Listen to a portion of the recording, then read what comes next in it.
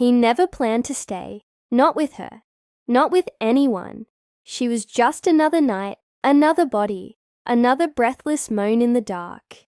He found her standing by the bar, eyes like fire, hair falling, wild lips parted like a promise, and he leaned in close, knowing exactly how this would end, or so he thought.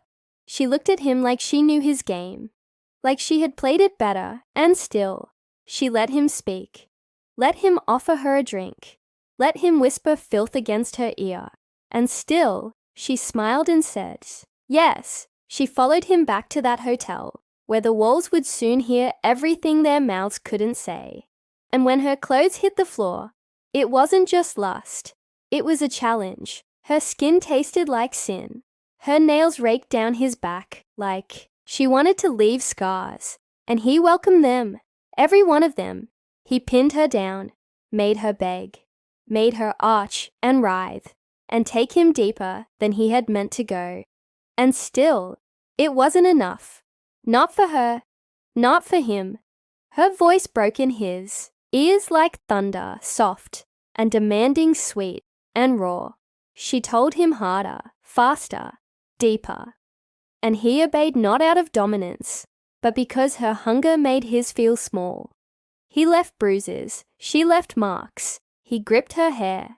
She owned his soul. And when she finally collapsed against him, chest, heaving legs, shaking lips, still parted, he should have left. He always did, but he couldn't, not with her. Not this time. Something about her lingered, even after her scent had faded from his sheets. Even after her name became a whisper on his tongue. She was too much, too hot, too addictive, and he swore it was just the thrill, just the heat. Until he called her again and again and again. She answered like she had been waiting, but she made him work for it. This time she made him crawl, beg, ache just a little, before letting him back in. And when she did, it was worse than before. Her laugh curled around his spine like smoke. Her touch burned like wildfire, and he knew he was losing control. But he didn't care. He craved her, like air, like pain, like punishment. She became his escape, his torment, his obsession.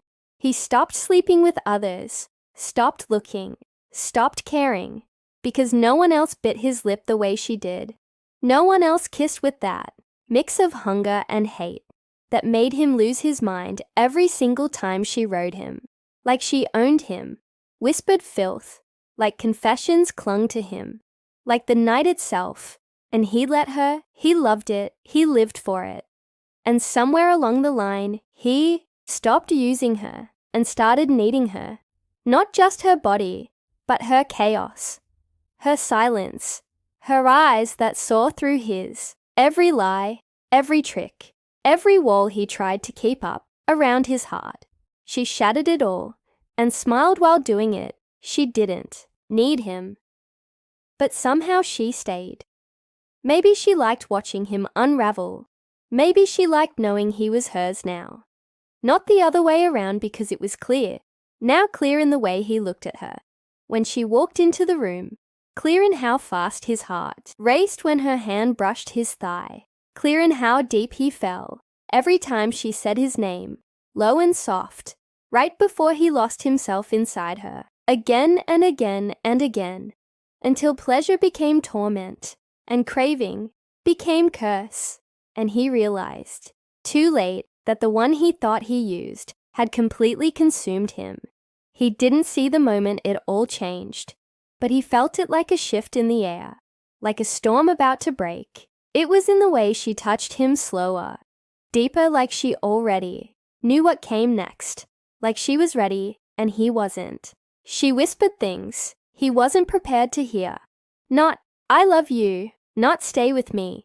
Nothing so obvious, but it was there in her eyes, in the way her fingertips lingered when she traced the curve of his jaw, like she was memorizing him, like she was saying goodbye without saying anything at all. And he knew she was slipping through his fingers. And for the first time in his life, it terrified him, because he couldn't breathe without her scent, without her skin, without her chaos and calm, and fire wrapped in one impossible woman. He reached for her, clung to her, begged her in the only way he knew how, with his body, with his mouth, with the wild, desperate rhythm of a man unraveling. And she gave herself to him one last time slowly, like silk, then hard, like fury, like she wanted to leave her imprint on every cell in his body. And she did, she always did.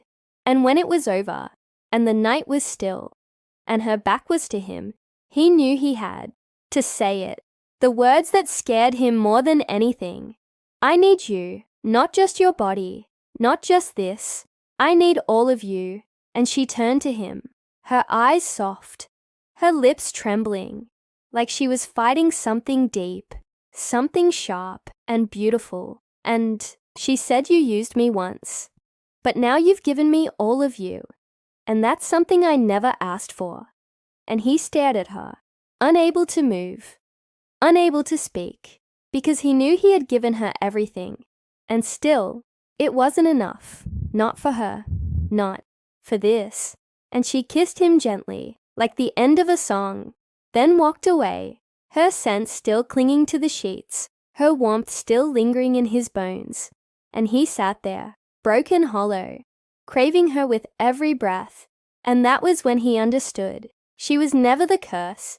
He was his own punishment, and loving her was the price.